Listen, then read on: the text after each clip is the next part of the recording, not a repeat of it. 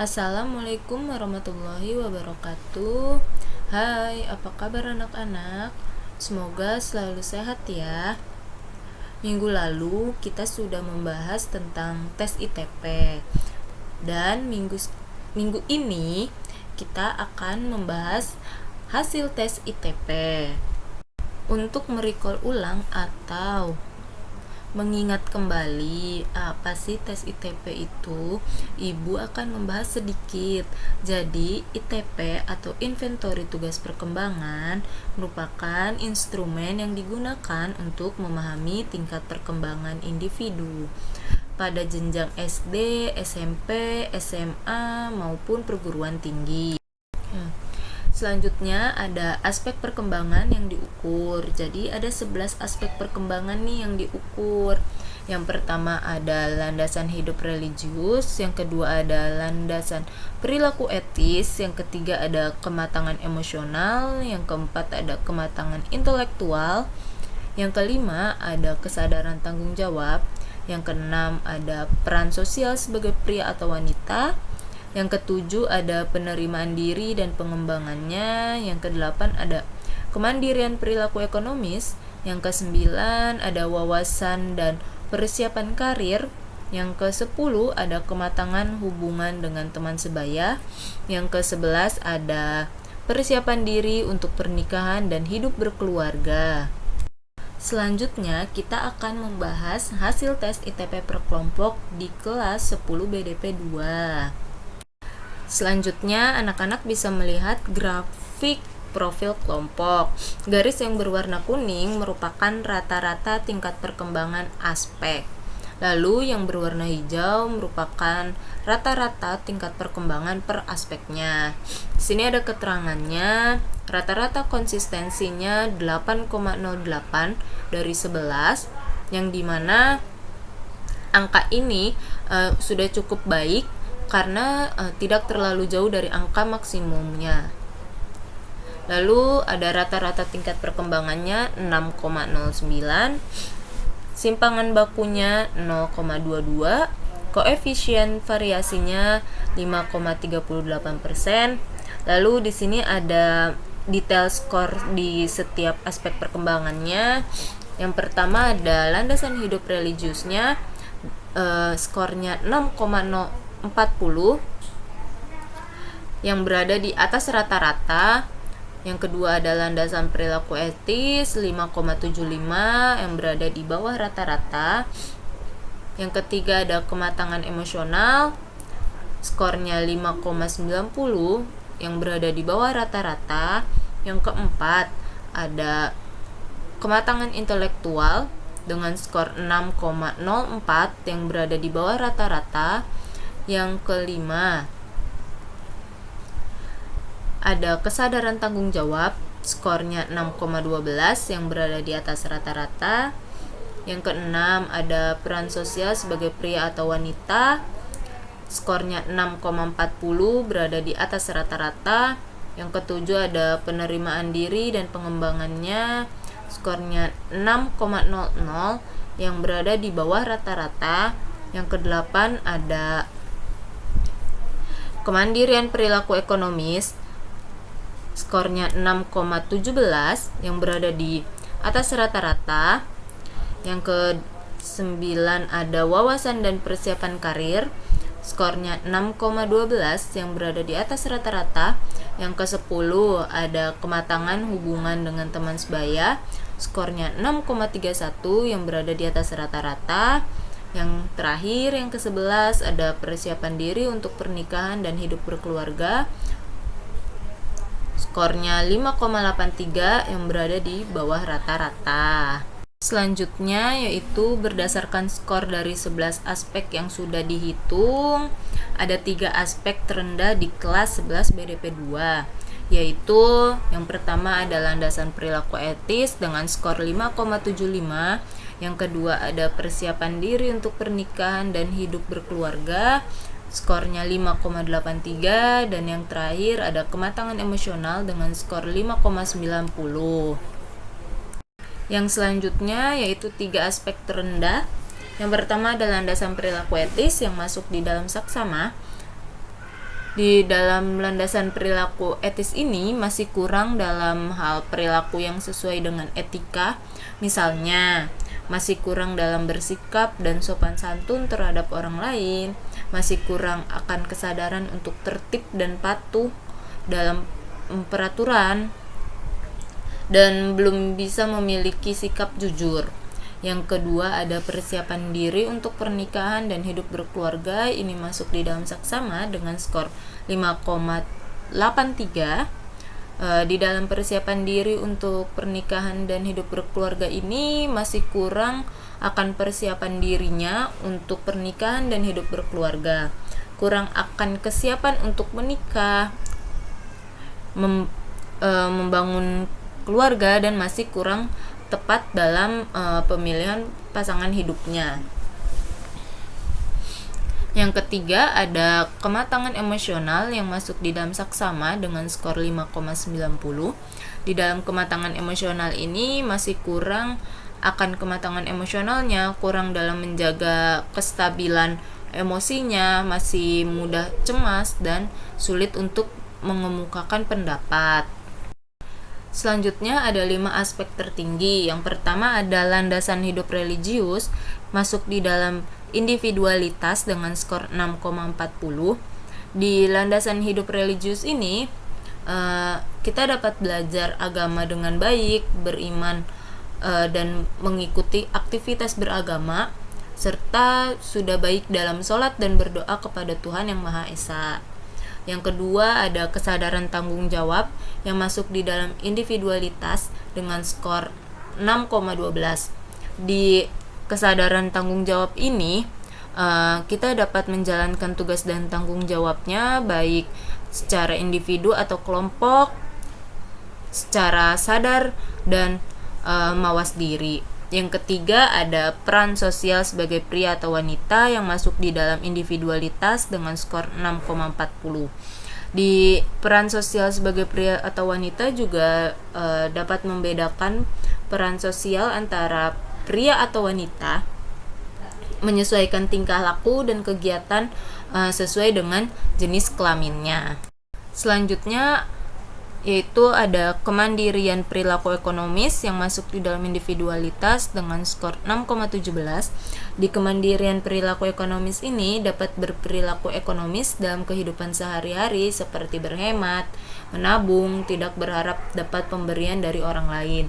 Lalu yang kelima, yang terakhir ada wawasan dan persiapan karir yang masuk di dalam individualitas dengan skor 6,12.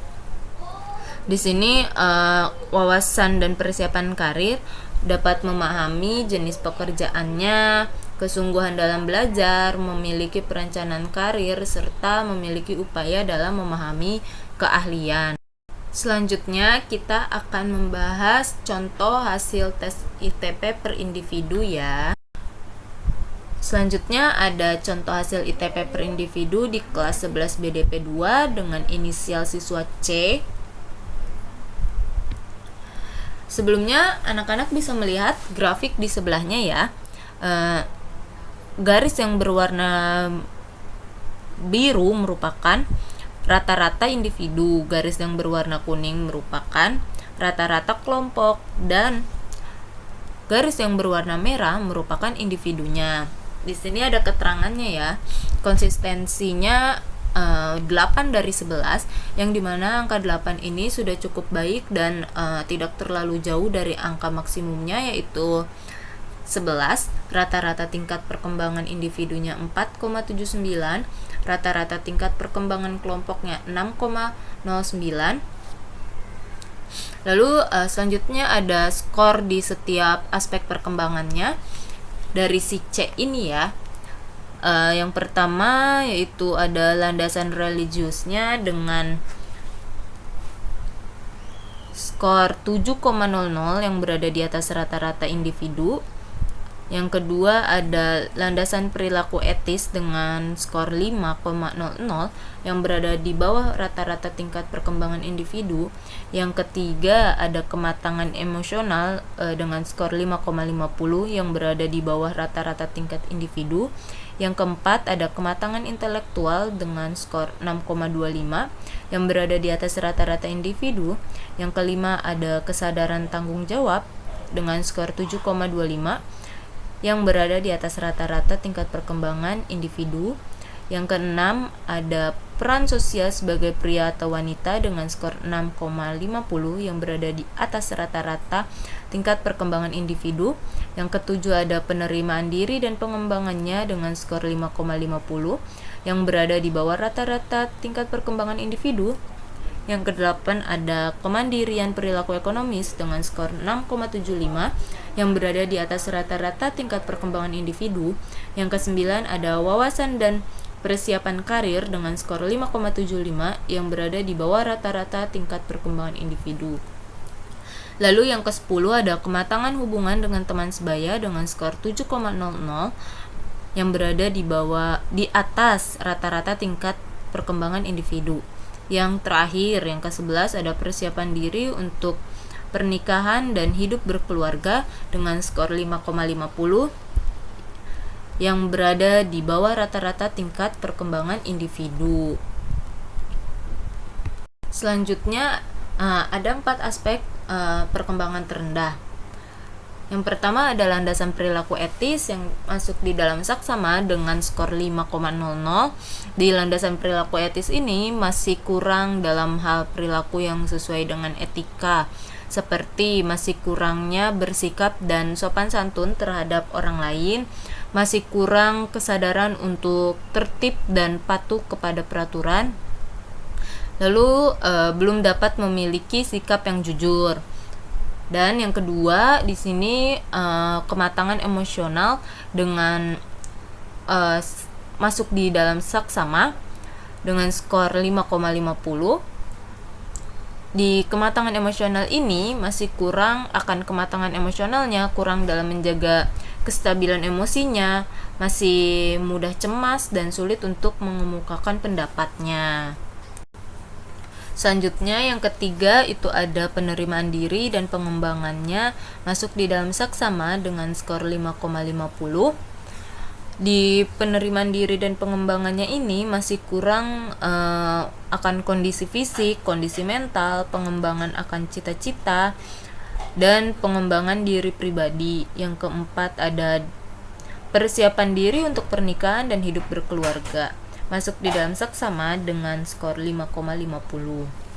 Di persiapan diri untuk pernikahan dan hidup berkeluarga ini masih kurang akan persiapan dirinya untuk pernikahan dan hidup berkeluarga, kurang akan kesiapan untuk menikah, membangun keluarga, dan masih kurang tepat dalam pemilihan pasangan hidupnya.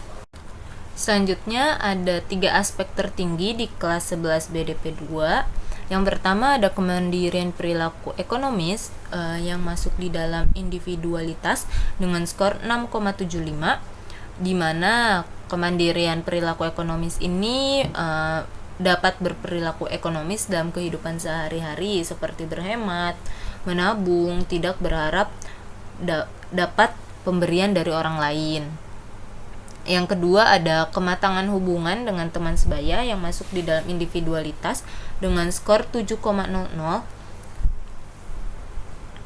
Di kematangan hubungan dengan teman sebaya ini dapat pemahaman akan tingkah laku orang lain, memiliki kemampuan akan berempati, mampu untuk bekerja sama, dan mampu untuk berhubungan dengan sosial. Yang ketiga yaitu ada kesadaran tanggung jawab individu yang masuk di dalam individualitas dengan skor 7,25. Di kesadaran tanggung jawab ini dapat menjalankan tugas dan tanggung jawab dengan baik secara individu atau kelompok maupun secara sadar dan mawas diri. Selanjutnya yaitu kesimpulan. Jadi kesimpulan hasil ITP di kelas 11 BDP 2 berdasarkan dari rata-rata tingkat perkembangannya yaitu dengan skor 6,09, peserta didik kelas 11 BDP 2 sudah berada pada tingkat individualitas, di mana pada tingkatan ini memiliki ciri-ciri peningkatan kesadaran individualitas, kesadaran akan konflik emosional antara kemandirian dengan ketergantungan, menjadi lebih toleran terhadap diri sendiri maupun orang lain, mengenal eksistensi perbedaan individual, mampu bersikap toleran terhadap pertentangan dalam kehidupannya, membedakan kehidupan internal dan kehidupan eksternal atau kehidupan yang berada di luar dirinya. Selanjutnya yaitu mengenal kompleksitas diri atau kesulitan di dalam dirinya, dan peduli akan perkembangan dan masalah-masalah sosial. Untuk itu, pada aspek perkembangan yang memiliki skor sudah baik atau sudah di atas rata-rata, Ibu berharap anak-anak semua dapat menjaga atau menjalankan dari aspek-aspek yang sudah baik. Dan untuk aspek-aspek yang memiliki skor rata-rata yang rendah, Ibu harap anak-anak semua dapat mengembangkan lebih lanjut lagi terkait dengan aspek-aspek tersebut. Untuk itu, mungkin nanti Ibu dapat memberikan sebuah layanan bimbingan konseling kepada anak-anak Ibu di kelas 11 BDP 2 agar kekurangan-kekurangan yang dimiliki dapat kita perbaiki bersama-sama. Untuk itu, pertemuan hari ini Ibu cukupkan sampai di sini. Semoga anak-anak semua selalu sehat dan juga bahagia. Sampai bertemu di kelas selanjutnya. Assalamualaikum warahmatullahi wabarakatuh.